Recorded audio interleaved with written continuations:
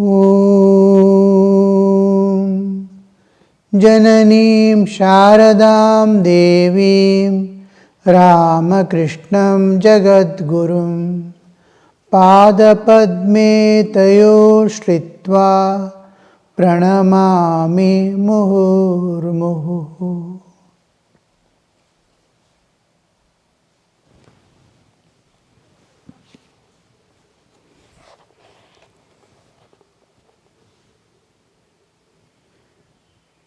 Sri Ramakrishna, he is talking while traveling in a carriage to Manilal.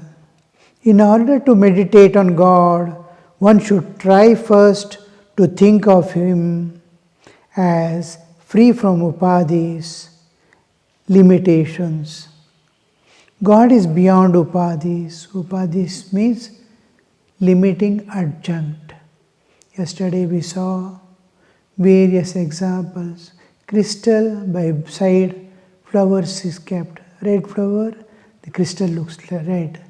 It has not undergone any transformation, but it appears to have become. Keep a blue flower, it looks blue.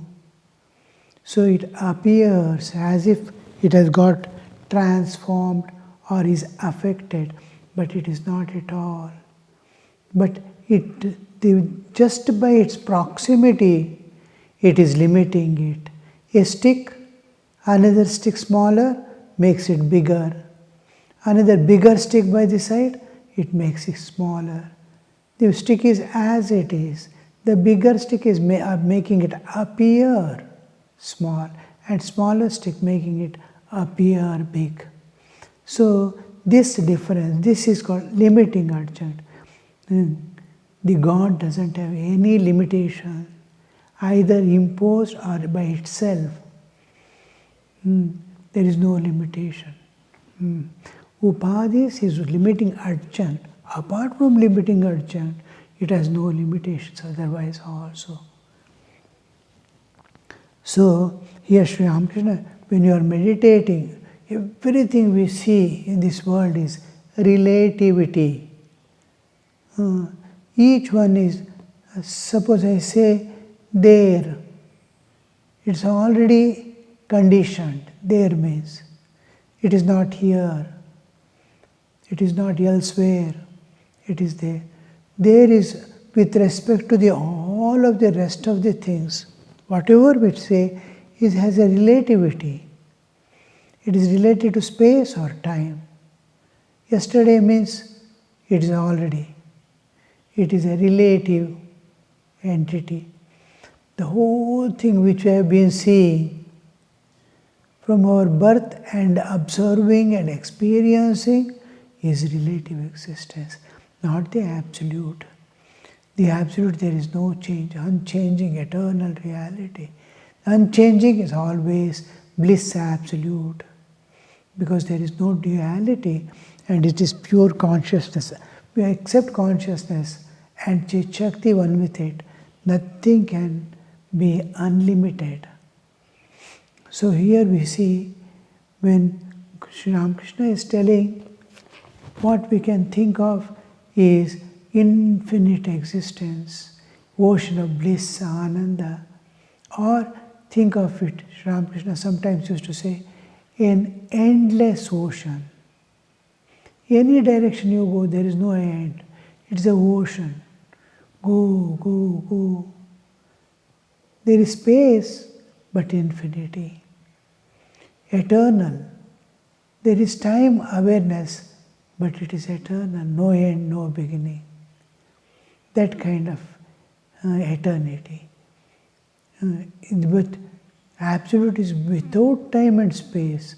Time and space appears with universe and dissolves with universe. There is not only, it is not affected by time, there is no time at all. Just like in your deep sleep, there is neither time nor space. One subject without any object. That's what will be in deep sleep. The same thing is absolute. But there, it is covered with darkness of my own mind and intellect. Here it is full. The moment you enter into it, it is a ocean of bliss which you directly experience. The bliss, the purity, the divinity, all these good and great things is available there, not different from it. Just like if you sit and think of something, it is not different from mind, but its vrittis are coming up and going. Now I sit and imagine I am flying in the sky. A thought has come and I am flying in the sky. That it has become a vritti in the mind. The flying is mind itself. I am walking on a mountain. Me, the mountain and walking, everything is a vritti in mind. Mind has taken that form. It is not reality. Mind has taken. It is mind. It is mind. It is thinking. Like that, mind, the walking, the person, the mountain is not different from the mind. Like that, so many things appear, but it is not different from the Absolute, not different from Chaitanya.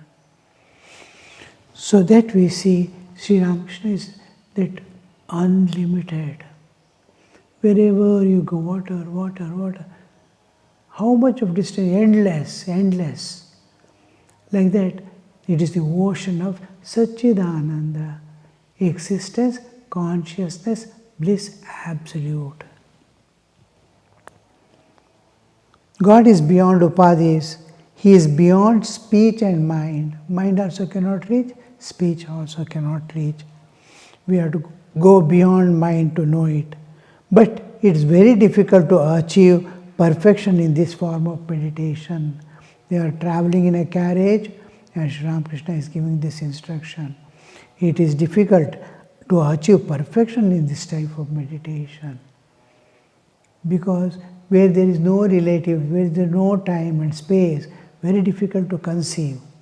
The mind cannot reach because infinite cannot be contained in finite. Mind is finite, God is infinite.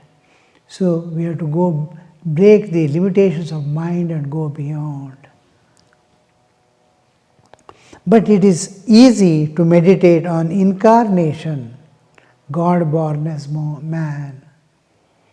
So if you take Rama or Krishna or Durga or any other thing, it is easy for you to meditate on God with form.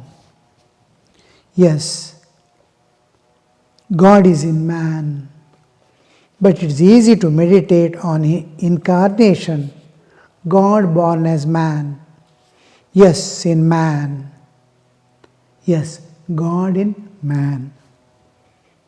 The body is a mere covering. It is like a lantern with a light burning inside. What is body? Man? Man is like just a cover. Inside is the self. It is like Sri Ramakrishna is giving an example. It is like a lantern with lamp burning inside. Or like glass case in which one sees precious things. A glass container in which precious things are there. It is covered by glass. You can see within. Like that, life can be seen. In this matter also, between body and matter, what is it is dead body like. Suppose dead body and living body, life is there. Life is the light of the Chaitanya. So life is an expression of consciousness through matter. So it is like a glass case in which light is kept. Or precious things are there. I am able to see. Chaitanya we are not able to see. But life, its manifestation, you are able to see. Expression of consciousness through matter, that you are able to see. The bodily existence in which it is there. Regarding meditation, Sri Ramakrishna is telling, it is easy to meditate on God with form. And later on you will see that it ultimately ends in the formless. But it is easy to meditate on incarnation, God born as man. The arriving at the garden, they have reached in the carriage, they are traveling, they have reached. Arriving at the garden, the master got out of the carriage and, accompanied by Ram and the other devotees, to the sacred Tulsi grove. Master got out of the carriage and, accompanied by Ram, they are going to Ram's garden house. Ram and other devotees to the sacred Tulsi grove. Standing near it, he said, "How nice! It's a fine place. You can easily meditate on God here." Sri Ramakrishna sat down in the house, which stood to the south of the lake. Ram offered him a plate of fruit and sweets, which he enjoyed with devotees. After a short time, he went around the garden. This is the custom. People in those days have to travel long. Not like today, each one has a vehicle. Everywhere they can move about, even for in the garden for plucking flowers nowadays, they are using scooter. It pains to see that how lowest grade of living we have got down. We cannot walk few steps. Shop is nearby, the next door is shop. They don't want to go by foot. To that extent we have come down in our human existence. So here, those days, imagine miles and miles they have to walk from one village to another, or by a bullock cart, or by a horse carriage, which is a little expensive. Each used to have a bullock cart. And when people come to house, they'll be tired, exhausted. All the feet and hands will be smeared with dust. While walking, the mud will be flowing on the body. As soon as they go, first thing is to give water to wash their hands and feet. Take them inside, make them comfortably sit. They walk and come straight, and give them first some refreshment. In puja also we have that procedure.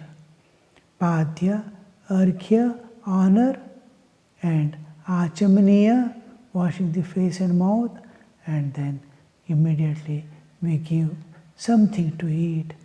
It is usually Madhuparka, the immediate energy supplier. That is a combination of ghee, curds, milk, sugar, and honey. This is in little water, very little water, it is mixed. And this is given as soon as we take, before they are going for bath, to take bath.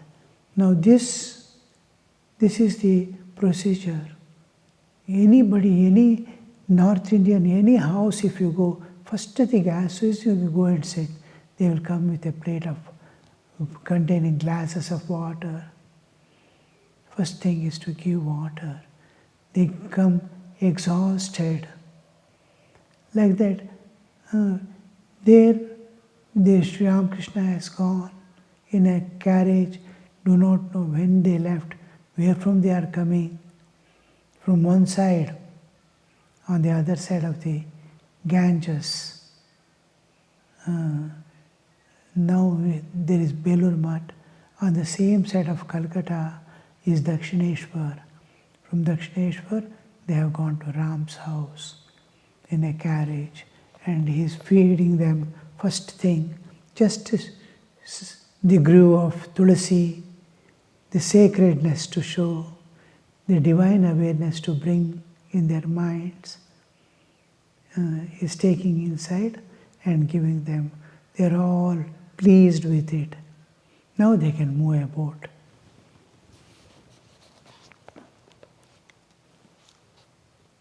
Ram offered a place of fruit and sweets which he enjoyed with devotees. After a short time, he went round the garden. Next, Sri Ramakrishna proceeded towards Surendra's garden. He walked on foot a little distance and saw a sadhu sitting on a couch under a tree. At once he stood up to the holy man and joyfully began a conversation with him. He walked on foot a little distance and saw a sadhu sitting on a couch under a tree. At once he went up to the holy man and joyfully began the conversation with him. Master, to which order of monks do you belong to? Have you any title, Giri, Puri, or like that? Sadhu, people call me a Paramahamsa. Master, that is good. I am Shiva. That is good attitude. But I must tell you something else. The process of creation, preservation and destruction, that is the going on day and night, is due to Shakti, the power of God.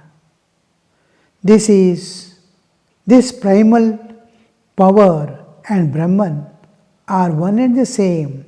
Shakti cannot exist without Brahman, just as the waves cannot exist without water. There cannot be any instrumental music without an instrument. Adhara and Adheya. Paramahamsa. Paramahamsa, when the term Paramahamsa he is perceiving it effortfully, or is putting efforts, or as a natural process of his state of existence, he is trying or seeing the divine everywhere. When divine is seen, the nama, rupa, karma enter into background. All of the whole universe is nama, rupa and karma. Action is there, form is there, and names are there. And when we come to one more entity, which is identifying a thing, is guna. Nama, rupa, guna, karma.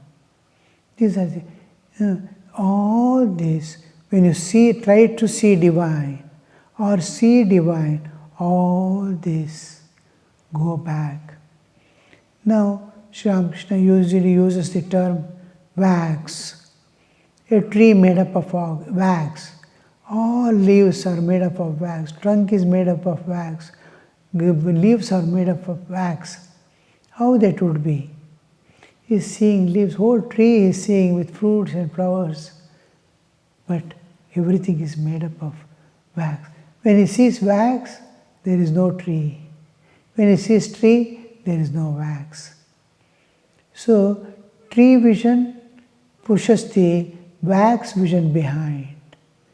Wax vision will push the tree vision behind. Oh, all this is wax. So, that it's nama, rupa, guna, everything has been eclipsed by the awareness of the divine. The divine, if one person is able to see or perceive, He is called, everywhere seeing one reality. He is called Paramahamsa. He is absorbing only the essence and leaving the non-essentials there itself. Like sun is picking up only water from the dirty water. It is not bothered what kind of dirt is there, nothing. It just sees water and lifts the water to become cloud. Like that, the Paramahamsa drops away, he sees only divine. Now with respect to this term, Paramahamsa Sri Ramakrishna, that's good. I am Shiva, all this is divine, you are also divine. But there is something else. There is the power which has manifested and as universe and all that. Now you see Paramahamsa, you are there. Your mind is there, body is there, observation is there, expression is there, your perceptions are there. Who is perceiving? What is perception? You are seeing divine everywhere, you are there, divine is there, perception, third point is there, perception, you are seeing. You are a Paramahamsa, you are is there, and Paramahamsa is there.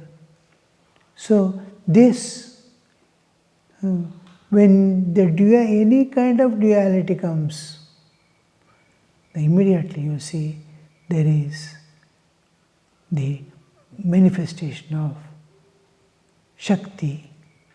Shakti manifests as the universe. Now, in Ramayana, Hanuman will be once praising Rama. Oh Rama, you are this, you are that. Rama says, oh, you are saying me about these things. You go and speak to Sita, ask her, what am I? And when Hanuman goes to Sita, Sita tells there is no Rama. Rama is unchanging eternal reality. It cannot change. What Rama you are seeing there is myself. It is myself. The whole universe you are seeing, all objects are you seeing mind, intellect, buddhi, all this is my manifestation. The Rama you are seeing and bowing down and being at his feet is myself there. How much difference it creates, you see. Real Rama is there as the absolute existence in which the universe has appeared. In that one, Rama is there. How did that appear? What is that body? What is that mind? What is that senses? What is that duality? The whole picture, the Rama you are seeing is only myself. So this Shakti Sri Ramakrishna is describing. That's good. That's good attitude. But I must tell you something else. These are all so many things. A person is brought there, or a person is made to sit there. This topic is taking out. It's all for us, for our life. We have to adopt all this. Whenever you see anything, anywhere, good or bad, right or wrong, you must immediately, this is the play of Divine Mother. She has become everything. What to leave, what to hold on. That wisdom, every understanding must become a wisdom to take you towards God and release you from all bonds.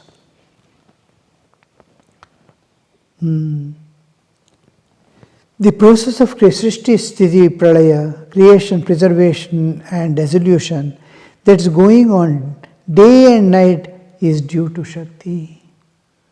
The power of God. This primal power and Brahman are one and the same.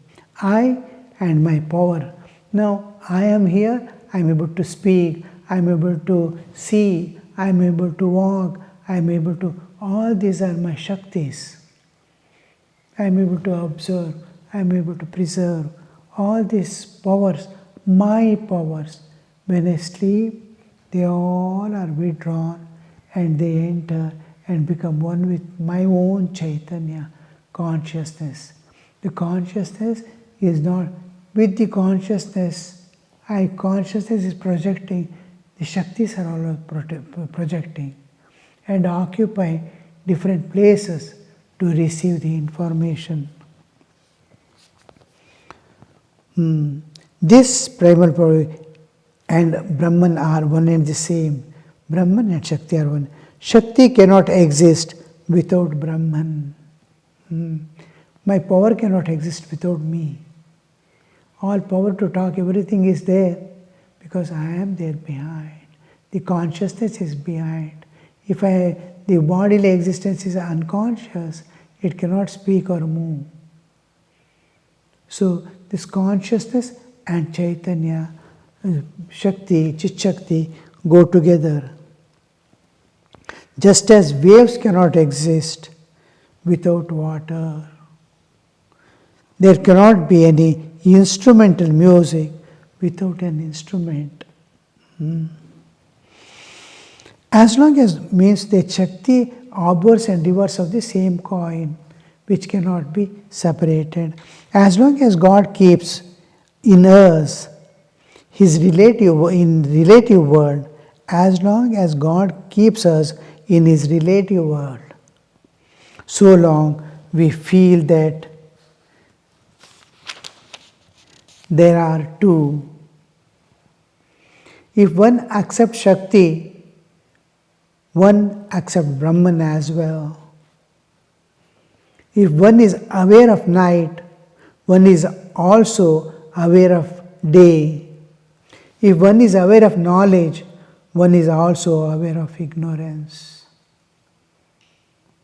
If one accepts Shakti, one accepts Brahman as well.